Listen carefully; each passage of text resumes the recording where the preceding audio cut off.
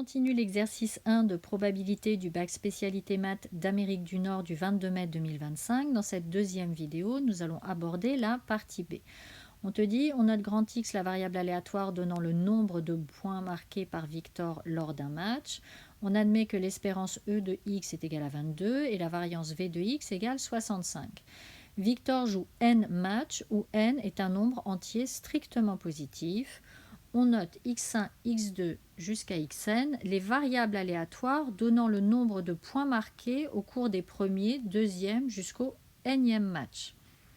Donc ça c'est important, en fait ça veut dire que on réalise un échantillon de taille n de la variable aléatoire grand X qui est celle qui donne le nombre de points marqués par Victor. Et tu vois que dans l'énoncé, on te dit on admet que les variables aléatoires x1, x2 jusqu'à xn sont indépendantes et suivent la même loi que celle de grand X. Ça, c'est très important. On va le voir après quand on va faire le rappel de cours. Donc, on pose mn égale x1 plus x2 jusqu'à xn sur n. Dans cette première question, on te dit, on prend n égale 50, que représente la variable aléatoire m50.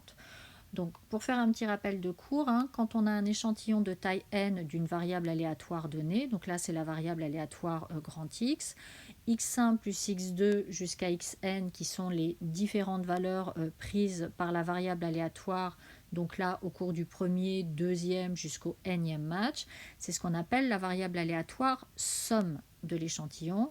Et ensuite, quand on fait la moyenne et qu'on divise par n, c'est ce qu'on appelle la variable aléatoire moyenne de l'échantillon.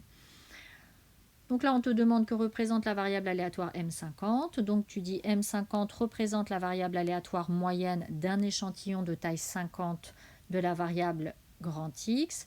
Il s'agit de la moyenne empirique des points marqués par Victor au cours de 50 matchs. Alors ce qu'on appelle la moyenne empirique, c'est la moyenne observée. On prend un échantillon et à partir des valeurs qu'on a obtenues dans cet échantillon, on calcule la moyenne observée. Donc cette moyenne va varier selon la taille de l'échantillon. Donc la moyenne empirique, donc Mn, ça s'oppose à l'espérance qui, elle, est la moyenne théorique et qui donc ne dépend pas de la taille de l'échantillon. Alors, dans la question petit b, on te dit déterminer l'espérance et la variance de M50. Donc là, dans la marge en rouge, je t'ai fait un rappel.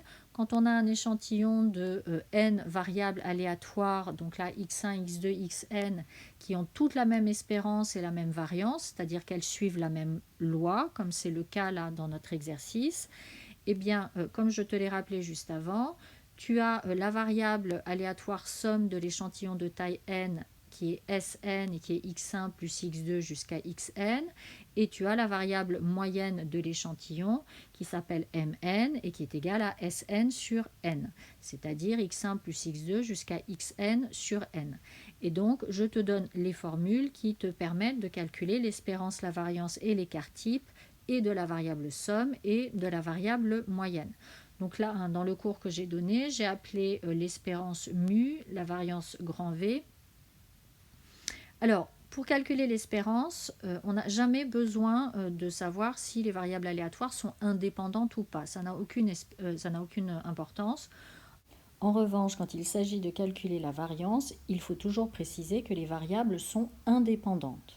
Donc si on regarde la partie avec Mn, donc Mn qui est égal à x1 plus x2 plus xn sur n, là je suis toujours dans la marge en rouge, donc est la variable moyenne de l'échantillon de taille n de la variable x. L'espérance de Mn est égale à l'espérance de chacune des variables qui constituent l'échantillon, puisqu'elles suivent toutes la même loi, elles ont toutes la même espérance. Donc là dans le cours j'ai appelé l'espérance mu. Pour la variance de Mn, c'est égal à la variance de chacune de nos variables aléatoires sur n, c'est-à-dire sur la taille de l'échantillon. Donc ici, on va dire soit E de M50, l'espérance de la variable M50, et V de M50, sa variance. Les variables x1, x2 jusqu'à x50 suivent la même loi, d'espérance E de x égale 22, donc E de M50 est égal à E de x. Donc ça, c'est ton cours qui te le dit, c'est ce qu'on vient de revoir. Et donc, E de M50 est égal à 22. Maintenant, pour exprimer la variance, il faut préciser que les variables aléatoires sont indépendantes, hein. C'est pour ça qu'on te l'a dit dans l'énoncé. Donc maintenant, tu le dis. De plus, les variables x1, x2 jusqu'à x50 sont indépendantes. Donc là, tu utilises la formule du cours, hein, que je t'ai rappelée ici, à savoir que la variance de la variable moyenne est égale à la variance de nos différentes variables qui suivent toutes la même loi, nos variables de l'échantillon, sur la taille de l'échantillon. Donc V de M50 est égal à V de X sur 50, c'est-à-dire 65 sur 50, et si on simplifie, ça fait 13 sur 10, et on peut écrire 1,3. Tu encadres le résultat. Alors, je vais te remettre là, voilà, comme ça, et comme ça, pour que tu aies la possibilité de recopier le cours qui est en rouge sur une fiche, si jamais tu n'as pas tout ça. Alors dans la question C, on te dit démontrer que la probabilité de la valeur absolue de M50 moins 22 supérieure ou égale à 3 est inférieure ou égale à 13 sur 90. Donc là, c'est clairement l'inégalité de Bien-Aimé de Chebyshev. Je te l'ai remise dans le cadre en rouge. Donc cette inégalité te dit que si grand X est une variable aléatoire à valeur positive d'espérance E de grand X et de variance V de grand X, alors pour tout réel delta strictement positif, la probabilité que la valeur absolue de X moins son espérance soit supérieure ou égale à delta est inférieure ou égale à la variance de X sur delta au carré. Donc là, on va appliquer cette inégalité de Bien-Aimé de Chebyshev à notre variable M50. Donc tu redis que M50 est une variable aléatoire à valeur positive, hein, puisque grand X1, grand X2 jusqu'à grand Xn, ce sont les points marqués par Victor. Et M50, c'est la moyenne de toutes ces valeurs, hein, dans notre échantillon de taille 50. Son espérance est égale à 22 et sa variance est égale à 1,3.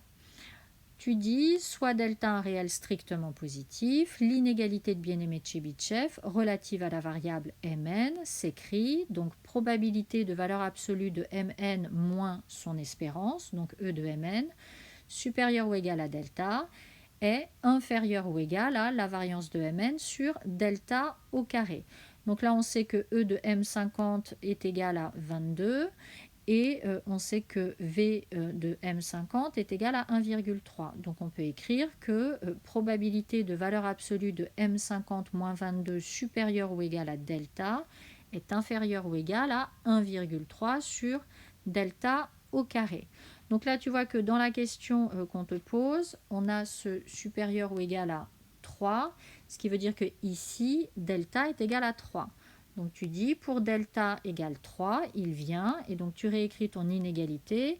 Donc on a probabilité de valeur absolue de M50 moins 22 supérieure ou égale à 3, qui est inférieure ou égale à 1,3 sur 3 au carré, c'est-à-dire 9. Donc 1,3 c'est 13 sur 10, tu multiplies par l'inverse et on a bien le 13 sur 90 qu'on te demande de trouver.